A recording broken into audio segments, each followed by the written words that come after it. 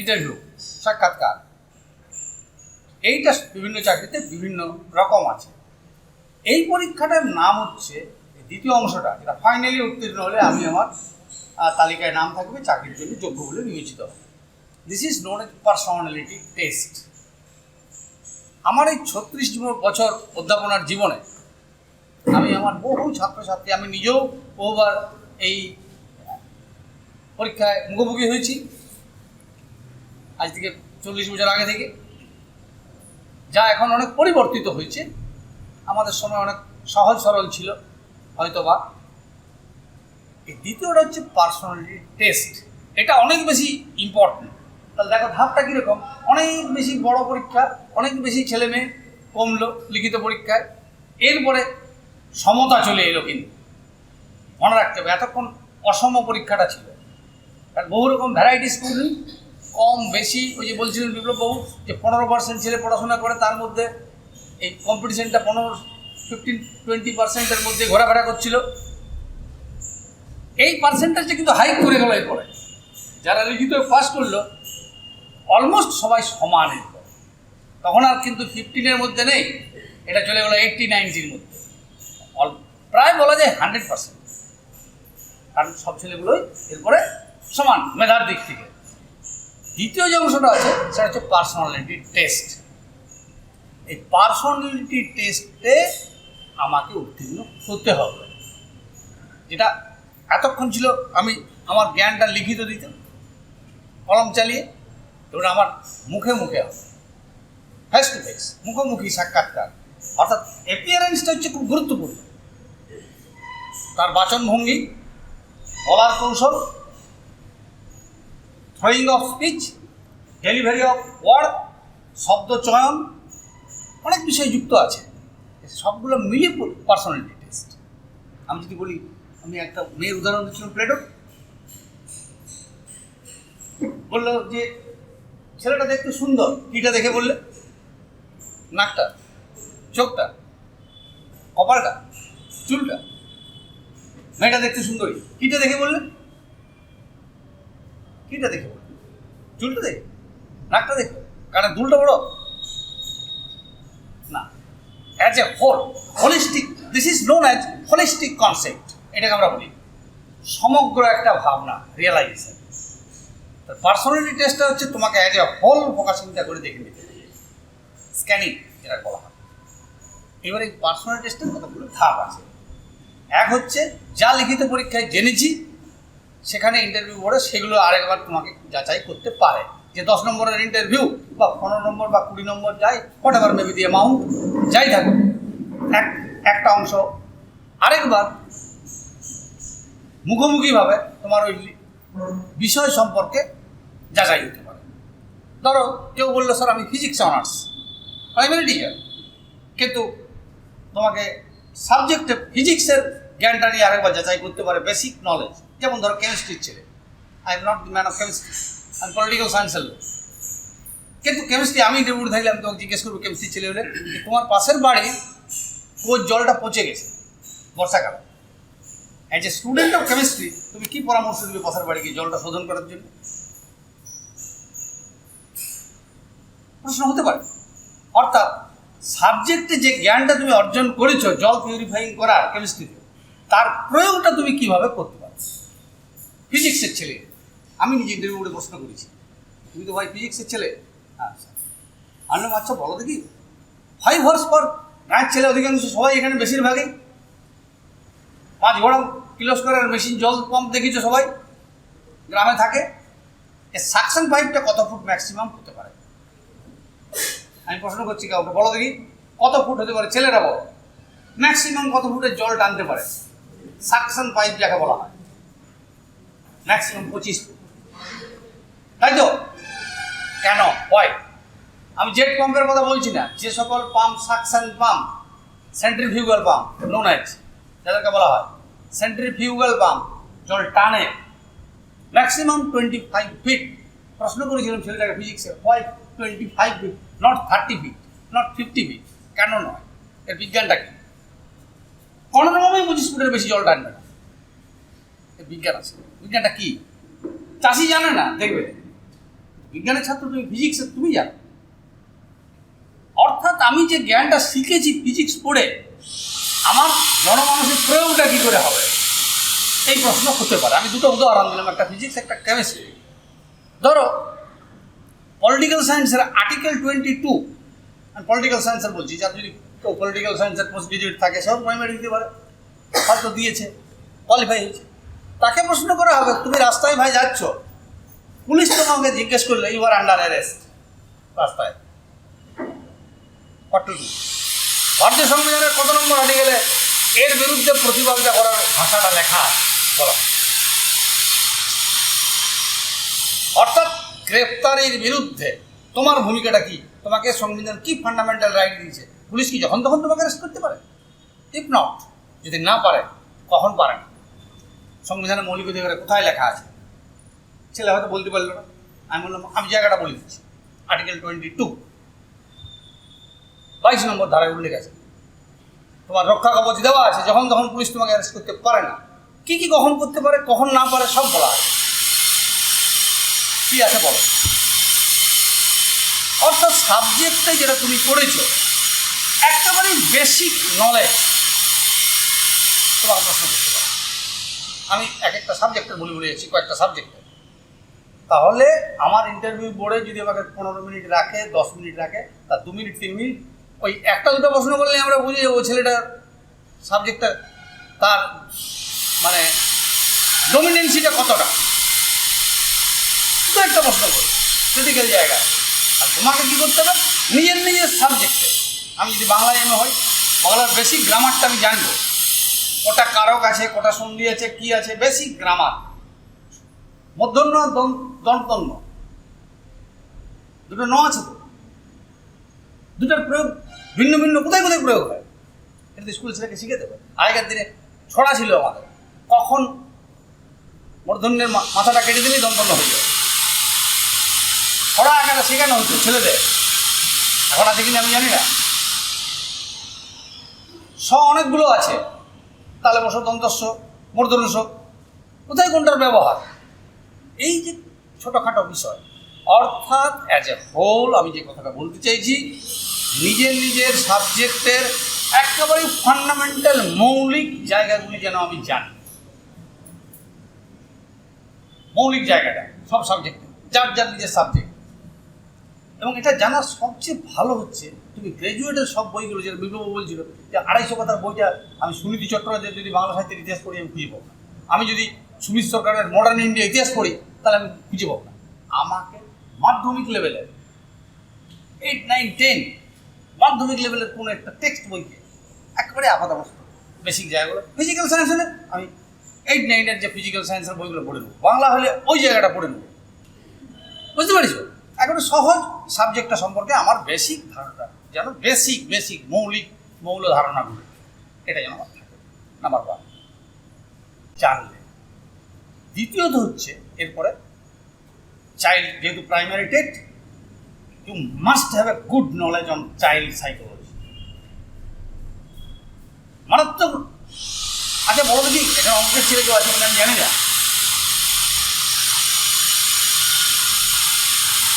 অঙ্কে একটা প্রশ্ন পড়ে, এটা আমাকে প্রুফ করে পরের ক্লাসে বলবে, আজকে বলার দরকার নেই। আমি একজন আর্টসের ছাত্র হিসেবে আমি তার কাছে শিখতে চাই। আমি 30 বছর ধরে সবাইকে প্রশ্ন করি অঙ্কের লোককে, কেউ আমাকে সঠিক উত্তর দিতে পারে। 30 বছর আমি বিএড কলেজের এক্সপার্ট শিখেছি, কলেজ অধ্যাপনার বহু ম্যাথামেটিক্সের লোককে জিজ্ঞেস করেছি, কিন্তু ছেলেকে এটা শেখাতে হবে ক্লাস 5, 6, 7, 8 কি আছে জানো? তোমরা নিশ্চয়ই জানো বীজগণিতের কতগুলো ফর্মুলা আছে। হ্যাঁ, ফর্মুলা আছে। এই ফর্মুলাগুলোকে আমরা বলি সেলফ এক্সিওমেটিক ট্রুথ, স্বতঃসিদ্ধ পদ্ধতিতে এগুলো তৈরি হয়ে আছে। a + b হোল স্কোয়ার = 8 বলে দিলাম, কিন্তু ওটা সবসময় আমরা প্রমাণ, ত্রিভুজের 3টি কোণের সমষ্টি 2 সমকোণ, এটা প্রমাণ করি না, কিন্তু কিছুগুলো প্রমাণ করে দিতে হবে। তুমি যেমন করে ত্রিভুজ আঁকো ওটা 2 সমকোণ হবে, বাঁকা সোজা যেমন করে ত্রিভুজ আঁকো প্রমাণ করা যাবে কি? যাবে। সব উপপাদ্য সম্পাদ্য আছে, যাবে প্রমাণ করা। কিন্তু আমরা সবসময় প্রমাণ করি না, ত্রিভুজ দেখলেই ধরে নেবো ইকুয়াল টু 2 সমকোণ।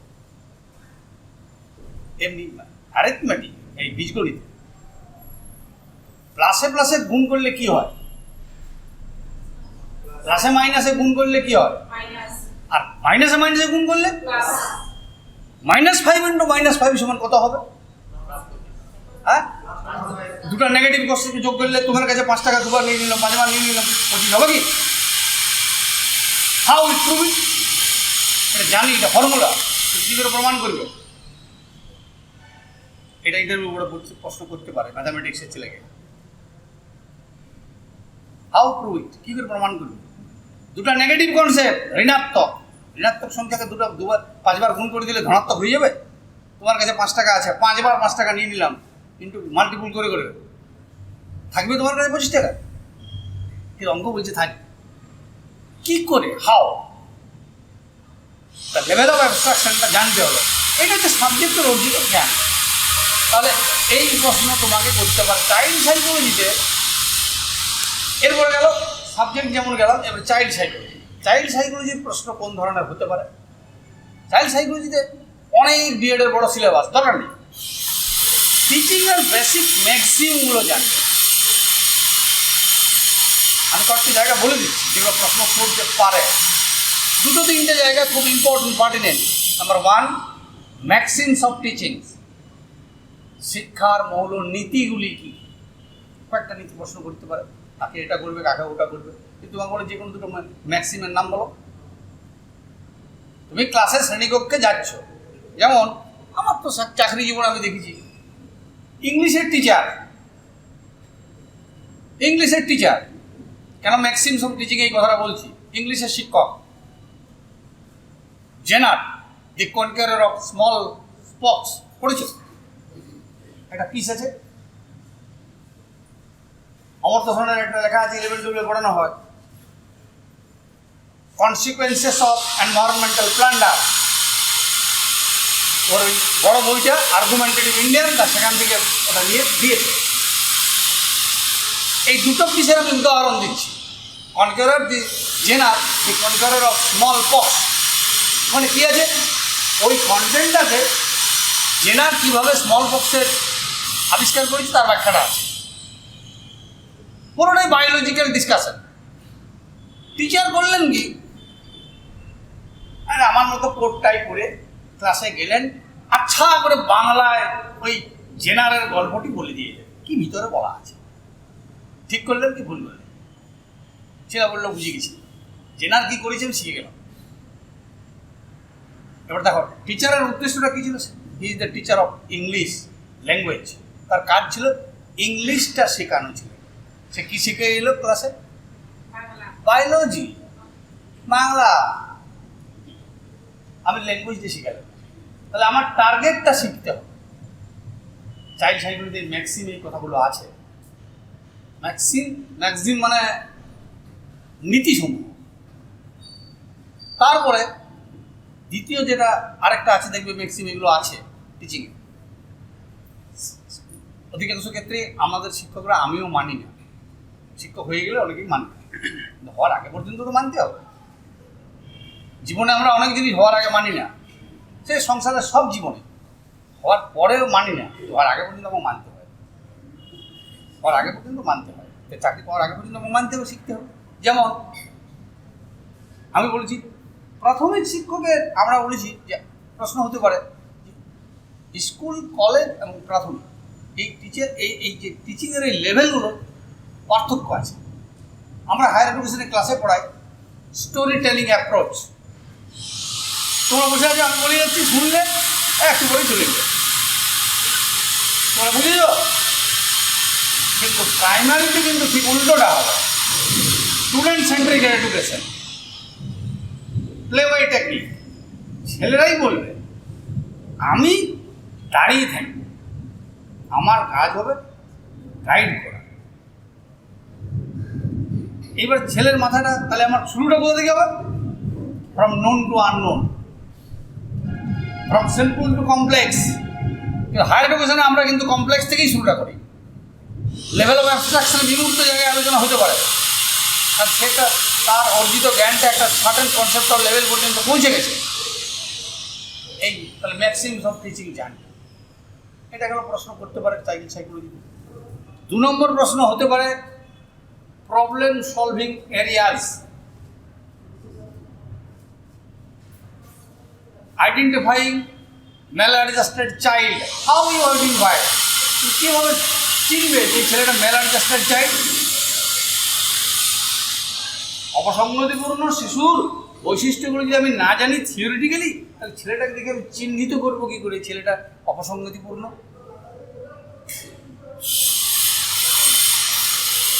কী করে চিনব? মহাত্মা গান্ধীর একটা ইংলিশও পড়ানো হয়, এই সম্ভবত 9, 10 হতে পারে কিংবা 11, আমি জানি না কোনখানে আছে, বা লোয়ার ক্লাসও থাকতে পারে। একটা জায়গায় মহাত্মা গান্ধী উল্লেখ করছেন যে বাল্য বয়সে যখন আমি স্কুলে পড়তাম, আমি আমার বন্ধুর কলম চুরি করেছিলাম। জাতির জনক মহাত্মা গান্ধীর উক্তি আছে তার বইয়ে, তার অটোবায়োগ্রাফিতে উল্লেখ আছে যে আমি একটা কলম চুরি করেছিলাম, মাস্টার আমাকে মেরেছিল, আমি কেঁদেছিলাম। কী জন্য কেঁদেছিলাম? মাস্টার মেরেছিল না, তার জন্য আমি কাঁদিনি। আমি বুঝেছিলাম যেটা আমি একটা অসত্য কুকাজ করেছি, যাতে জীবনে আমি না করি তার জন্য আমি কেঁদেছিলাম, অনুশোচনা। এখন ছাত্রদের ক্ষেত্রে ওই বাল্য বয়সে এই কাজগুলো ছাত্ররা করবে। শিক্ষকের কাজ হচ্ছে ওই স্টুডেন্টটাকে অপসংগতির রাস্তা থেকে সরিয়ে এনে আমাকে ঠিক জায়গায় ঠিক ট্র্যাকে নিয়ে যাওয়া। এই কাজটা করতে গেলে আমার থিওরিটিক্যালি তাহলে ছেলেটাকে চিনতে হবে যে কোন কোন বৈশিষ্ট্যগুলো ছেলেকে দেখলে বলবো, তবে তো আমি তার গার্জেনকে বলতে পারবো যে তুমি এটা করবে। এই প্রশ্ন তোমাদের করতে পারে প্রবলেম সলভিং। আর একটা কী হতে পারে, সিচুয়েশন তোমাকে একটা বলে দেবে ইন্টারভিউ করে, যে কোনো একটা সিচুয়েশন, সেই সিচুয়েশনটা তুমি কী করে মোকাবিলা করো। যেমন ধরো এখন এই সময় তোমাকে একটা প্রশ্ন করলে, আমি একটা প্রশ্ন এখনই করছি, যদি কেউ ভাবো পরে বলবে উত্তর, দেখবে ভিন্ন ভিন্ন লোকের ভিন্ন ভিন্ন রকম উত্তর আসবে। যে পাড়ায় পাড়ায় বিদ্যা বলে, এক্সপার্ট তোমাকে বলতে পারে তোমার মতামতটা নেওয়ার জন্য। এর তো সঠিক আনসার হয় না কিছুই, এর পক্ষ হবে, বিপক্ষ হবে, সরকার পক্ষের হবে, বিরোধী পক্ষের হবে, নানা রকম উত্তর হবে, কিন্তু তোমার মতটা জানতে চাইবে।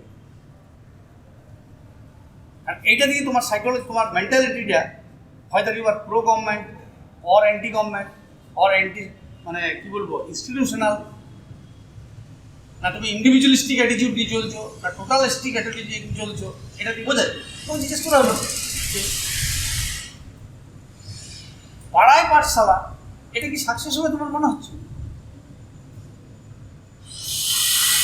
তোমার মতে এটা কি?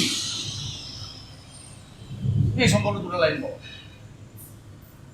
তোমাকে খুব ব্যালেন্সফুলি উত্তর দিতে হবে, যেন এইদিকেও গোলমাল না হয় আর এইদিকেও গোলমাল না হয়, খুব ব্যালেন্স করে বলতে হবে। কারণ তোমার মাথায় থাকতে হবে যে ইন্টারভিউ বোর্ডটা চালাচ্ছে এটা তো গভর্নমেন্টের পরিচালিত, গভর্নমেন্টের লোকজন এখানে আছে, অত নীতিবোধ আদর্শের কথা আমার ভাবলে চলবে না। বাইরে আমি বলতে পারি, এখানে আমাকে ব্যালেন্স করে বলতে হবে। তাহলে তোমার রোলটা হবে ব্যালেন্সার, ব্যালেন্স। আমি এখানে বিপ্লব করতে আসিনি, আমার লক্ষ্যটা হচ্ছে আমার ইন্টারভিউ করে বোর্ডের লোকগুলোকে স্যাটিসফাই করা। বলো না, কোনো বলবে না, অত কথা বলার সময় পাবে না, এটা বলতে গেলে তো মহাভারত হয়ে যাবে, তো বই বড় বই হয়ে যাবে বাবা, অত বলার সময় আছে। আমার খুব কৌশল করে, আমি সময় থাকলে এটা সময় হয়ে গেছে আমার ভাত খাওয়া, আমি সুগারের রোগ এখন বিপদ হয়ে যেতে পারে, সুতরাং আমি আর বেশিক্ষণ সময় নেব না। আমি হয়তো 5 জনকে বলবো, দেখবে 5 জন 5 জনের উত্তর আছে। এই ফিলোসফিটা মানবে যে আমাকে ব্যালেন্স করতে হবে, সেটা হতে পারে ভালো কাজ। কীরকম দেখো, আমার মতটা এরকম যে পাড়াই পাঠশালা এটা বিভিন্ন কমিশন আর অ্যাডাল্ট এডুকেশন পলিসি করার সময় আমরা যদি কোঠারি কমিশন, আমরা যদি মুদালিয়ার কমিশন বা রাধাকৃষ্ণন কমিশন, এই কমিশনগুলোর রিপোর্টগুলো প্রাথমিক শিক্ষা সম্পর্কে দেখি, তাহলে দেখতে পাবো বিশেষ করে অ্যাডাল্ট এডুকেশন সম্পর্কে বেশি বলা আছে। যদি কারণ বড় বেশি বয়সে লেখাপড়া শিখছে, অ্যাডাল্ট এডুকেশন মানে যদি কোনো শিক্ষার্থী বিদ্যালয়ে আসতে না পারে, শিক্ষক তার বাড়ি যাবেন। It is nothing but the reflection of the report of that particular commission. সুতরাং গভর্নমেন্ট যা করেছে ঠিক করেছে, তবে ইট নিডস কি দরকার, এর জন্য যে ইনফ্রাস্ট্রাকচার, যে লজিস্টিক সাপোর্ট, যে অন্য ধরনের অ্যাড্রেস করা কীভাবে করা যাবে, ডিটেলড প্ল্যানিং, এই কথা যদি তুমি বলো, দেখো এর মধ্যে তিনটা জিনিস তুমি বললে, সাপোর্ট করলে, সমালোচনা করলে, যেটা করতে গেলে বিপদ আছে, প্রবলেম আছে, আবার সাজেশন গভর্নমেন্টকে, তিনটা একই লাইনের উত্তর পেল। বলতে পারবে না যে তুমি এটার বিরোধিতা করেছো পুরোটাই, বলতে পারবে না তুমি একেবারে অন্ধ সাপোর্ট করেছো। সব উত্তরগুলো প্রবলেম সলভিংয়ে তোমার হবে ব্যালেন্সিং উত্তর, ব্যালেন্সিং উত্তর। আর এটা গেল বিষয় আসে এইগুলো। এরপর হচ্ছে তোমার, তাহলে আমি সাবজেক্ট চাইল্ড সাইকোলজি হতে পারে। থার্ড হচ্ছে general knowledge, general output toward the world, সারা পৃথিবীর যে চেঞ্জিং সিচুয়েশন। যেমন ধরো তোমাকে লক্ষ্য রাখতে হবে যে আজকের বার্নিং টপিক কি। দুটো জিনিস আমি বলবো, এক হচ্ছে টুডেজ বার্নিং টপিক, আরেকটা হচ্ছে কন্টেম্পোরারি যুগের বার্নিং টপিক। এটা 1 বছর 2 বছর 5 বছর হতে পারে। যেমন এখনকার যে বলে যে ইদানিংকালের বার্নিং টপিক কি, এখন সবেতেই এফেক্ট হয়েছে আমাদের জীবনে COVID-19, the impact of COVID on education, impact of COVID on social life, impact of COVID on family life, impact of COVID on higher education, impact on আমাদের মেন্টাল অ্যাবিলিটি, ডিসেবিলিটি, ডিসঅর্ডার, যাবতীয় জায়গায় যে কোনো জায়গায় প্রশ্ন। এটা হচ্ছে today's burning topic. এইটা কিন্তু চোখ কান খোলা রাখতে হবে, এইটার বিষয়ে প্রশ্ন হতে পারে। আচ্ছা, আর টুডেজ কনসেপ্ট, আজকে ধরো একটা বড় হেডলাইন হলো লতা মঙ্গেশকর প্রয়াত হয়েছে, এই খবর রাখি মানে মানে আমার ইনফরমেশন, আমি পৃথিবী থেকে ওই যে বিপ্লব বলছিল যে চাকরিটা পাওয়ার আগে পর্যন্ত থিওরিটিক্যাল পর্যন্ত আমি একা থাকি, এবারে আর একা থাকলে হবে না, এবারে তোমাকে ওপেন করে বাইরে বেরিয়ে আসতে হবে, খুলতে হবে। কীরকম ইনফরমেশন গ্যাদারিং করতে হবে। আমি জানি না, লতা মঙ্গেশকরের খবর রাখি না, এটা চলবে না, এটা চলবে না, বুঝতে পেরেছ? কিংবা আজকে কোনো একটা মারাত্মক অ্যাওয়ার্ড কেউ পেল, রাখতে, এটা হয়ে গেল জেনারেল নলেজের জায়গাগুলো বলছি। আরেকটা বার্নিং টপিক কি, এনভায়রনমেন্ট, পরিবেশ।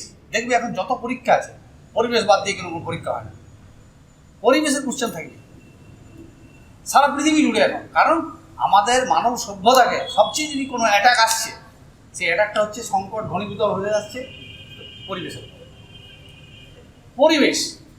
সুতরাং এই পরিবেশের উপরে বিভিন্ন দেখবে সম্মেলন আছে, রিপোর্ট আছে। যেমন ধরো আমি একটা উদাহরণ দিচ্ছি, এখানে কারা কারা এই সম্পর্কে নিশ্চয়ই অনেকেরই পড়াশোনা আছে। সাস্টেনেবল ডেভেলপমেন্ট,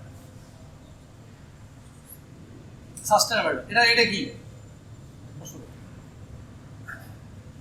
এই পরিবেশ নিয়ে প্রশ্ন হতে পারে, জায়গাগুলো দেখবে একটু। আর সর্বশেষে যেটা আমি বলি, শেষ করবো আমার বলা, বলে তো শেষ নেই, সেটা হচ্ছে তোমার যেহেতু as it is a personality test, পার্সোনালিটিটা হতে হবে তোমার কিন্তু একদম দৃঢ়। যাহা জানি না তাহা আমি জানি না, যাহা জানি আর স্পষ্ট। তোমার মধ্যে এমনও ছেলের আমি ইন্টারভিউয়ে বেশি নম্বর দিয়েছি, 10টা 9টা উত্তর দিতে পারেনি সাবজেক্টে, একটা প্রশ্ন খুব স্টেট কার্ড বলেছি। অর্থাৎ আমরা তো সব জানি না পৃথিবী। আমি তো 36 বছর অধ্যাপনা করে আমি তো বলি কিছুই শিখিনি। আমি ছেলে মেয়েদের কাছে আমি শিখি, আমার ছেলের কাছে আমি সব শিখি, বহু জিনিস আমি শিখেছি ছেলের কাছে।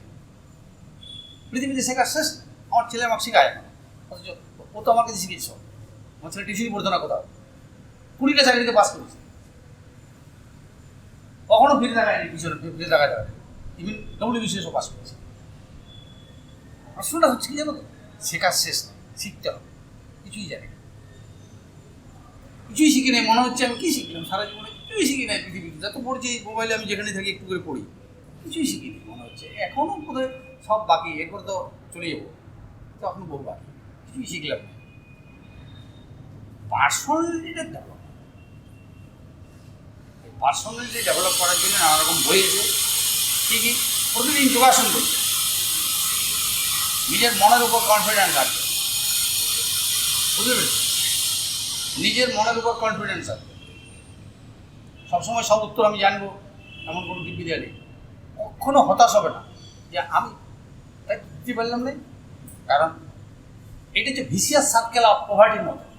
যে তোমাকে একবার হতাশা গ্রাস করে, আরেকটা পারবে না, আবার আরেকটা পারবে না, আবার আরেকটা পারবে না, আরেকটা।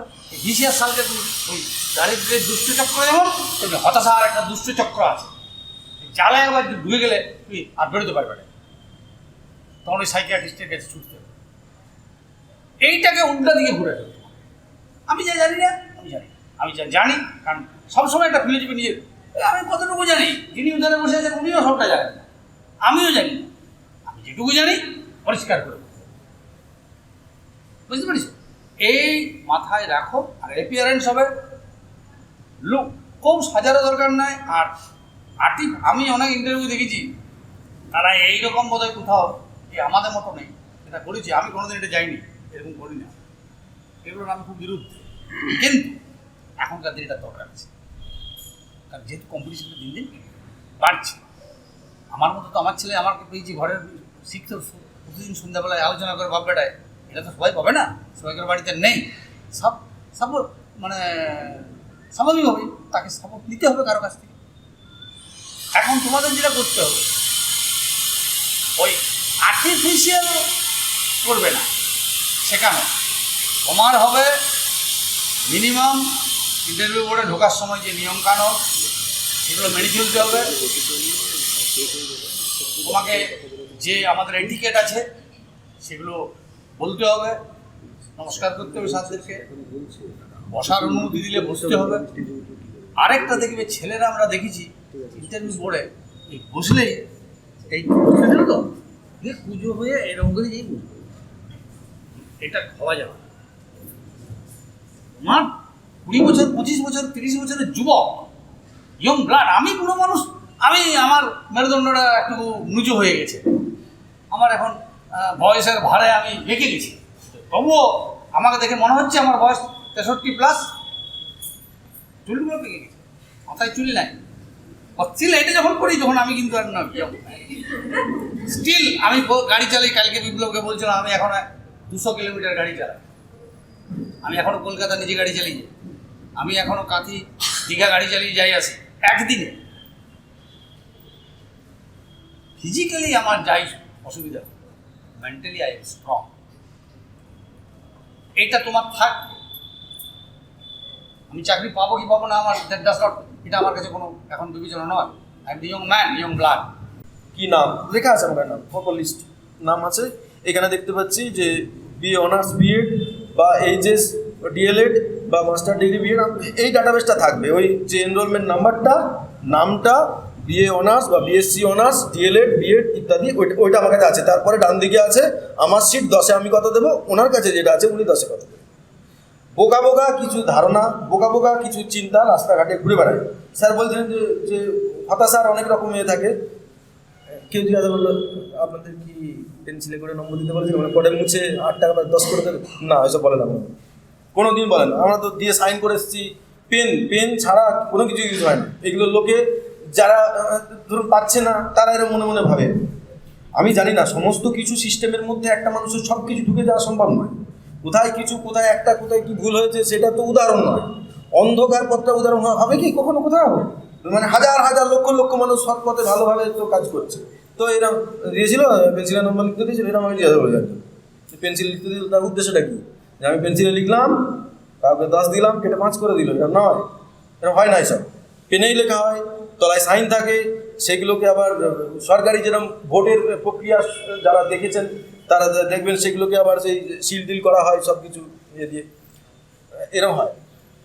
তো এই দুটো জায়গা বললাম। তারপর হচ্ছে নিজের জেলা, রাজ্য সম্পর্কেও আসতে পারে। স্যার যেটা বললেন, এই কারেন্ট দিকগুলো তো কম বেশি সবাই জানে। আমি টিভিতে সিরিয়াল দেখে বুঁদ হয়ে ঘন্টার পর ঘন্টা মরে যেতে নিষেধ করেছি। আমি লতা মঙ্গেশকর কখন জন্মেছেন সেটা জানতেই বলবো, সেটা মানে না জানার কথা নয়। তো মানে আমার বক্তব্য মানে ভুল পথে সময় ব্যয় করে। আপনারা পাস করেছেন, করেছেন ভালো, প্রয়োজন নেই। তখন বলছিলাম কারা যারা পড়বে তারা নতুন। তো জেলার সম্পর্কে ধরুন বাঁকুড়া জেলা, নদীগুলো সব একবার পর্ব করে তারকেশ্বর থেকে জয়কন্যা থেকে শুরু করে এবার যা যা আছে, হ্যাঁ একদম ছোটো অর্কসা থেকে শুরু করে গন্ধেশ্বরী থেকে শুরু করে এরকম, তারপরে কোড়ো, মশক, শুশুনিয়া, বিহারীনাথ, একদম কতগুলো ব্লক, 22টা ব্লক, কটা থানা, হ্যাঁ। তো এই রকমভাবে মানে এসডিও যে 3টে হেডকোয়ার্টার, বাঁকুড়া সদর, খাতড়া, বিষ্ণুপুর, তার মধ্যে কটা municipality, Bankura municipality, Sonamukhi municipality, Bishnupur municipality, হ্যাঁ। তো এইরকম করে এই সবগুলো ধারণা জেলার সম্পর্কে, এগুলো ওভারঅল এগুলো সব জানেন আপনারা। আমি এরিয়াটা বললাম, এখান থেকেও খুব কম প্রশ্ন হলেও হতে পারে, হ্যাঁ। তাহলে আর একটা হবে ওই চাইল্ড সাইকোলজি ছাড়া ওই শুধু ওই বাচ্চাদের বইগুলো একবার দেখে যাওয়া ভালো, মানে 3, 4, 5-এর সব বইগুলো দেখতে খুব বেশি সময় লাগবে না। একদিন দুদিন একটু দেখে নেওয়া, কটা কবিতা আছে, কার লেখা কী আছে, গল্পগুলো, বইগুলোর নামও জানতে চায়। শুধুমাত্র বইগুলোর নামই বেশি জানতে চাওয়া হয়, তার ডিটেলে খুব বেশি যাওয়া হয় না। কিন্তু কেউ যেতেও পারেন, কেউ হয়তো সেটা একটু দেখে এসছেন, তিনি সেখান থেকে জিজ্ঞাসা করলেন। তাহলে 4টে সেগমেন্ট মনে থাকলো কী কী? নিজের সাবজেক্ট এরিয়া, চাইল্ড সাইকোলজি বা এডুকেশন বেসড যে প্রশ্নগুলো, মানে যা ডিএলএড থেকে পড়েছেন বা ওই ক্লাস ম্যানেজমেন্ট থেকে শুরু করে এই দিকটা একটা। আর হচ্ছে বাচ্চাদের বইগুলোর নাম, মানে 1 থেকে 5-এর বইগুলোর নাম এবং বইগুলোর কন্টেন্টগুলো যদি লিখে নেন সেটা হতে পারে। আর একটা কি, জেলা সম্পর্কে ডিটেল বা রাজ্য সম্পর্কে ডিটেল। এই হলো ওভারঅল ধারণা। এবার বাকি আমরা এরিয়াগুলো বলে দিলাম। আজকে গিয়ে সর্বপ্রথম ডাটাবেস তৈরি করবেন নিজের সাবজেক্টে, একটা চ্যাপ্টার ধরে ধরে, অন্তত মাধ্যমিক এইচএস লেভেল পর্যন্ত। গ্র্যাজুয়েশন লেভেলের মানে তারপরেও দেখবেন এক্সট্রা অর্ডিনারি যেগুলো আছে, যেগুলো খুব গুরুত্বপূর্ণ, যেগুলো একটু ইম্পর্টেন্ট, যেগুলো জানলে ভালো হয়, এরকম আর কি। তো এই ডাটাবেসটা তৈরি করলে কি হবে, তারপর আপনি ওটা নিয়ে নাড়াচাড়া করবেন, তখন আর ওই 20টা বই ঘাটার দরকার হবে না। এটা যদি না তৈরি হয়, বা আমার মনে হয় মানে সেটার থেকে এগুলো কিছু প্রোভাইড করেন বলে, সেগুলো দেখুন। এটা করলেই ওভারঅল একটা ধারণা পাওয়া যাবে। আর ওখানে স্মার্টলি বলবেন, যেটা পারবেন না বানিয়ে করে বলার দরকার নেই, বলে দেবেন স্যার এটা আমি জানি না, হ্যাঁ। চেষ্টা করবেন কোনোটা আন্দাজে, যদি সেটা যায়, এমন কিছু হয়তো যেটার নির্দিষ্ট উত্তর হয় না, এক কথায় উত্তর হয় না, সেগুলো একটু বলার চেষ্টা করবেন। সবারই সেই বুদ্ধির দীপ্তি মিনিমাম আছে, শিক্ষাগত যোগ্যতা আছে, সেগুলো বলতে পারবেন, সেটা নিয়ে অসুবিধা নেই। যেটা জানেন না একদম ভুলভাল স্মার্টলি ভুল কথা বলবেন না, সেটা বলার কোনো দরকার নেই। আচ্ছা, আরও একটা কথা, অনেক সময় যাদের অনেকটা এজ হয়ে গেছে, পরের বার মনে করুন উনি আর ইন্টারভিউ ফেস করতে পারবেন না, তাকে নম্বর বেশি দেওয়া হয় না। তিনি যদি 9 পাওয়ার মতো মানে উত্তরগুলো দিয়ে থাকেন, সহানুভূতিতে তাকে 10 পাওয়ার মতো ভাবা হয় আর কি। কারোকে কোনো জায়গায় করা হয় না, মানে এক্সট্রা ফেসিলিটি দেওয়ার কোনো জায়গায় নেই। কিন্তু মানে যাদের মানে তাই বলে আপনারা পড়তে কম পড়া শুরু করবেন এরকম নয়, কিন্তু এইভাবে ভাবনা চিন্তাগুলো করুন, ঠিক আছে। মোট 4টে সেগমেন্টে ভাগ করে নিন, বাকি 3টে সেগমেন্টে একদম ছোটো ছোটো। নিজের সাবজেক্টটাকে যতটা পারা যায় ডেভেলপ করতে হবে। সেটা এসএসসি হলে, ধরুন যদি মানে স্কুল সার্ভিস হতো, মানে 10 বা +2 স্কুলের জন্য যেরকমটা পড়তে হতো, এইখানেও প্রায় সেরকম পড়াশোনা করে যেতে হবে। আর অধ্যাপক তিনি যেই সাবজেক্টেরই থাকুন, তিনি সমস্ত রকম প্রশ্ন করবার জন্য রেডি। এটা নিয়ে ভাববার কোনো প্রশ্ন মানে নেই, তার সাবজেক্ট যাই হোক। তিনি নিশ্চয়ই ছোটোবেলাটা সেভাবেই পড়েছেন, নাহলে তো আপনার ইন্টারভিউ নিতেন না। ঠিক আছে, আজকে বন্ধুই, তাহলে আমাদের খাওয়া দাওয়া এসব আছে, আপনাদেরও বলে খেতে হবে। হ্যাঁ বলুন।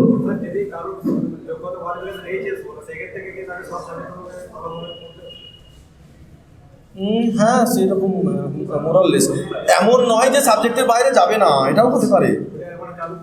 এইগুলো একদম মিনিমাম একটা ধারণা রাখতেই হবে অন্যান্য সাবজেক্টে, সেটা খুব কম।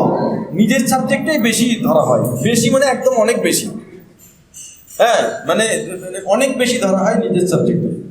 যাদের এইচএস, তাদের সেই এইচএস লেভেল পর্যন্ত সাধারণ একটা পড়াশোনা করে, তাদের অসুবিধা বেশি, তাদের সব সাবজেক্টগুলোই একটা পড়ার। আর্টসে পড়লে আর্টস থেকে, সায়েন্স পড়লে সায়েন্স থেকে তখন 3টে সায়েন্সে যারা 3-4টে যেগুলো পড়েছেন, আর্টসে পড়লে যেগুলো পড়েছেন। এমন হতে পারে কোন সাবজেক্ট বেশি পড়তে ভাল লাগে, যেটা ভাল লাগে বলবেন সেটাই থেকে প্রশ্ন আসবে, ভালো করে বুঝছেন তো সেটাই বলবেন আপনি। আপনার একটা ভালো লেগেছে কি সেটা আপনি পড়েননি সেটা বলবেন না, ভালো না লাগলেও ভুলটা বলবেন যেটা আপনার জানা আছে, বুঝতে পারছেন কথাটা? তো সেইভাবেই হবে, ওগুলো তো পেঁয়াজের ভাষার মতো বললাম। ঠিক আছে, আজকে এখানে শেষ করা চার কারো কিছু জিজ্ঞাসা বল।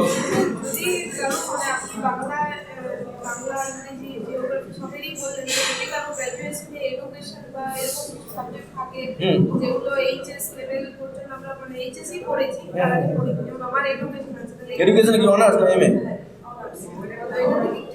সুবিধা আছে একটা, সেটা হচ্ছে একটা বলে দিই, এগুলো মাইনাস পয়েন্ট আছে সেগুলো একটু বলি। বেশিরভাগ ক্ষেত্রে অধ্যাপকদের ডিগ্রি কি এমএ বা এমএসসি, নেট বা সেট, এমফিল, পিএইচডি। বিএড কেউ করে আসেননি, খুব কম সংখ্যায়।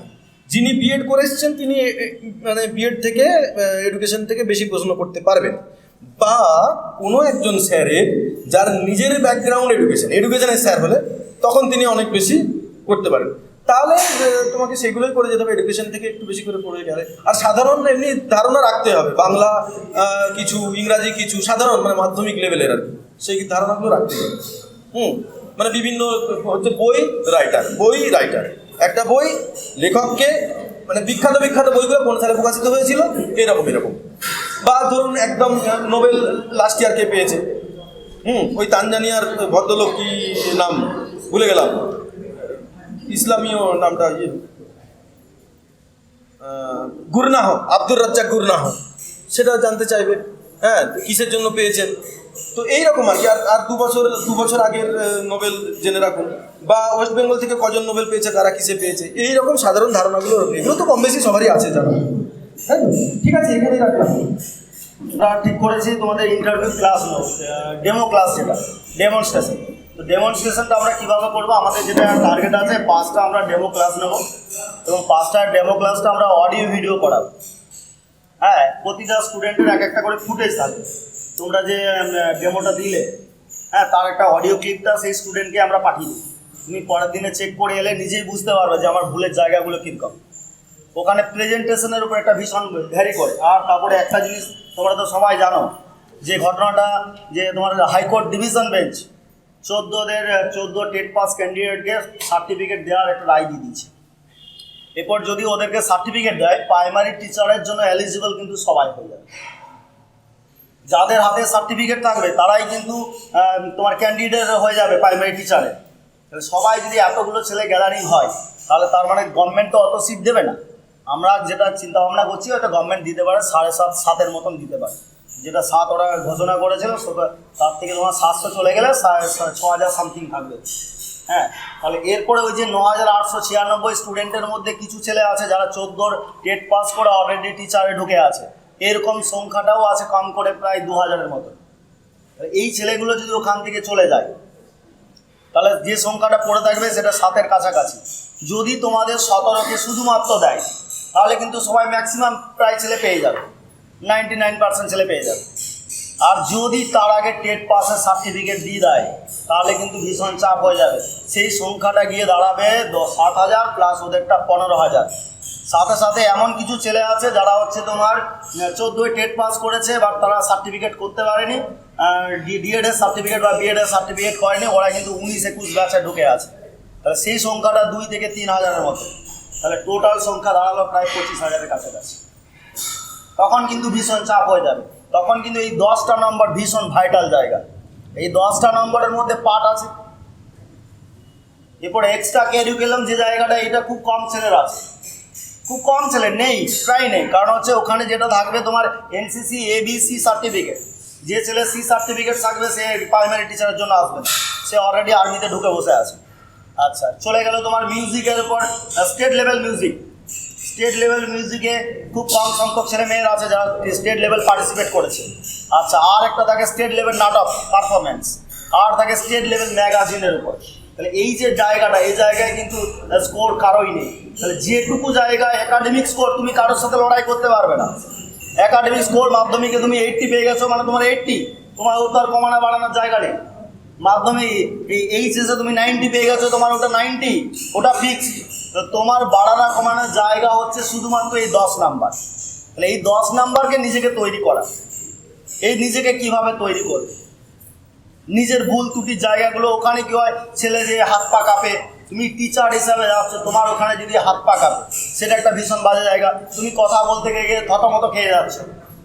হ্যাঁ, তুমি ফ্রেন্ডলি বন্ধুদের সাথে কথা বলছো, ফ্রিলি কথা বলতে পারছো, বাট যখনই তুমি 2-4টা স্যারকে দেখছো একটু ঘুরিয়ে কথা বলে দিচ্ছে, তুমি কি করবে খুঁজে পাচ্ছ না। 3 জন একটা বোর্ডে 3 জন মেম্বার্স আছে, 3 জনের মধ্যে 3 জন 3 দিক দিয়ে কথা বলছে, তুমি কোন দিকে কী করবে কিছু খুঁজে পাচ্ছ না। কার কোশ্চেনটা আগে অ্যান্সার দেবে, এই জায়গাগুলোকে নিজেকে রিকভার করো। এটার জন্যে ডেমনস্ট্রেশন ইন্টারভিউ ক্লাসগুলো আমরা দেবো। আমাদের এই ইন্টারভিউ আশা করছি 5টাই ক্লাস নেবো। প্রথম ক্লাসটা আমরা যেদিন নেবো তার 7 দিন পরে সেকেন্ড ক্লাস দেবো, কারণ ওই 7 দিনে তোমাকে ভিডিও দিয়ে দেওয়া হবে। ওই ভিডিওটা দেখে তুমি নিজেকে চেক করো। দেখো, কোশ্চেন তো কম বেশি, কী কোশ্চেন ধরবে, কোন সাবজেক্টে টিচার থাকবে, এই জায়গাটা ভীষণ ফ্যাক্টর করে। এটা তোমার আমার কারো কিছু করার নাই। যদি তোমার সাবজেক্টে স্যার থাকলো তো তোমাকে ডিপে নিয়ে চলে যেতে পারে। যদি দেখা গেলো অন্য সাবজেক্টে স্যার আছে, তোমাকে হয়তো হালকা করে টাচ করে ছেড়ে বেরিয়ে যাবে। কী করবে বোঝা খুব মুশকিল। তাহলে কি হবে না, তোমার যে প্রেজেন্টেশনটা, তুমি ওখানে গিয়ে থতমত খাওয়া, তোমার কথা বলার ভঙ্গি বা তুমি কিভাবে এক্সপ্রেস করছো কোনো একটু বোঝানোর জায়গাটাকে, কোনো একটা টপিকস তোমাকে বললো, তুমি সেটাকে কিভাবে এক্সপ্রেস করছো। তুমি তো আর বড়োদেরকে পড়াবে না, গিয়ে তো পড়াবে ছোটোদেরকে। তাহলে ছোটোদেরকে বোঝানোর মতো এক্সপ্রেস ক্ষমতা তোমার মধ্যে আছে কি না, এই জায়গাগুলো তোমাকে রেকটিফাই করতে হবে। যার জন্য তোমার ওই অডিও ভিডিওটা ভীষণ দরকার। বড় বড় সব ইনস্টিটিউটেই দেখবে, যেমন IAS, WBCS এর মক টেস্ট হয়, মক ইন্টারভিউ, সবার এরকম ভিডিও ক্লিপ দেওয়া হয়। কারণ কি, ওই ভিডিও ক্লিপ থেকে নিজেকে শিক্ষা নিতে পারবে। এটা আরও ভালো হয় তুমি যদি ওই জায়গাটা, যে জায়গাগুলো কোশ্চেনগুলো স্যাররা করলো, তুমি কোনো একটা আয়নার সামনে বসে বসে নিজেকে করতে পারো, সেটাও হবে, সেটাও নিজে করতে পারো। তাহলে এটার জন্য আমরা মক ইন্টারভিউগুলো তৈরি করব। এই মক ইন্টারভিউগুলো আমাদের এখনও ফিজটা এখনও ঠিক হয়নি। ম্যাক্সিমাম 1000 টাকা, মিনিমাম হচ্ছে 500 টাকা, এর মধ্যে থাকবে। তো আমরা চাইবো 500-র মধ্যে 5টা ইন্টারভিউকে রাখা। হ্যাঁ, যারা অ্যাটেন্ড করতে চাইবে তারা ওটা আমাদেরকে বলে দেবে, আমরা ইনফর্ম করে নেবো, জানিয়ে দেবো ডেটগুলো কবে থেকে ফিক্সড করবো। স্যারদের সাথেও কনসাল্ট করি। আরও মানে একদিনে সব ছেলেকে ডাকা হবে না, 3-4টে ব্যাচে আমরা ছেলেদেরকে ডাকবো। আর সাথে আর একটা জিনিস, যেটা কয়েকটা ছেলেকে নাম আমি মিস করে গেছি, ইনফরমেশান পাইনি আমি। হ্যাঁ, যেমন রিয়া রয় আগেরবারে পাস করেছে, আর একটা সুজাতা লাহা পাস করেছে। হ্যাঁ, ওইদিকে পিছন দিকে কাকে একটা দেখলাম মনে হচ্ছে, হ্যাঁ পিছনে কাকে একটা দেখলাম, ওই যে মানস পাস করে যাও। হ্যাঁ, দেখছো মিস করে গেছে। মানে এরকম প্রচুর ক্যান্ডিডেট। কারণ জেনিথ এডুকেশন 2017 টেটটার জন্য বাঁকুড়া জেলায় কোনায় ছড়ে গেছে। প্রচুর ছেলে আছে যাদের এখন আমরা ইনফরমেশনই পাইনি ছেলে কী করলো না করলো। তো আমরা অ্যাপ্রক্স দেখলাম যে 220 কি 230 এরকম অ্যাপ্রক্স একটা ছেলে পাস করেছে। হ্যাঁ, বাঁকুড়া জেলা থেকে। তার মধ্যে আমাদের প্রায় 107-10, আমি যেটা লাস্ট আপডেট পেয়েছিলাম 107 জন, ওটা বেড়ে হয়তো আরও একটা 10-15 এরকম যাবে। যাই হোক, সবার জন্য সাকসেস কামনা করি, সবাই চাকরি পাও। ভালো লাগবে, আবার কোনো না কোনো দিন দেখা হবে সবার সাথে অ্যাজ এ টিচার হিসাবে তোমাদের সাথে। হ্যাঁ, আর তোমরা ওই এনরোলগুলো করে দাও, আমরা নোটিশটা জানিয়ে দেবো কবে কী হবে। সাথে তোমরা হোয়াটসঅ্যাপ নাম্বার আর তোমার নামটা একটা খাতায় এন্ট্রি করে চলে যাও, আমরা প্রত্যেককে কল করে জানিয়ে দেবো। আর ফিজটা আমরা এদের স্যারদের সাথে কন্ট্যাক্ট করে আলটিমেট ফিজটা বলে দেবো। হ্যাঁ, যে কত কী লাগছে। তো চাইবো সবাই মক ইন্টারভিউগুলো দাও তোমাদের নিজেদের বেনিফিটের জন্য। ওকে, থ্যাংক ইউ।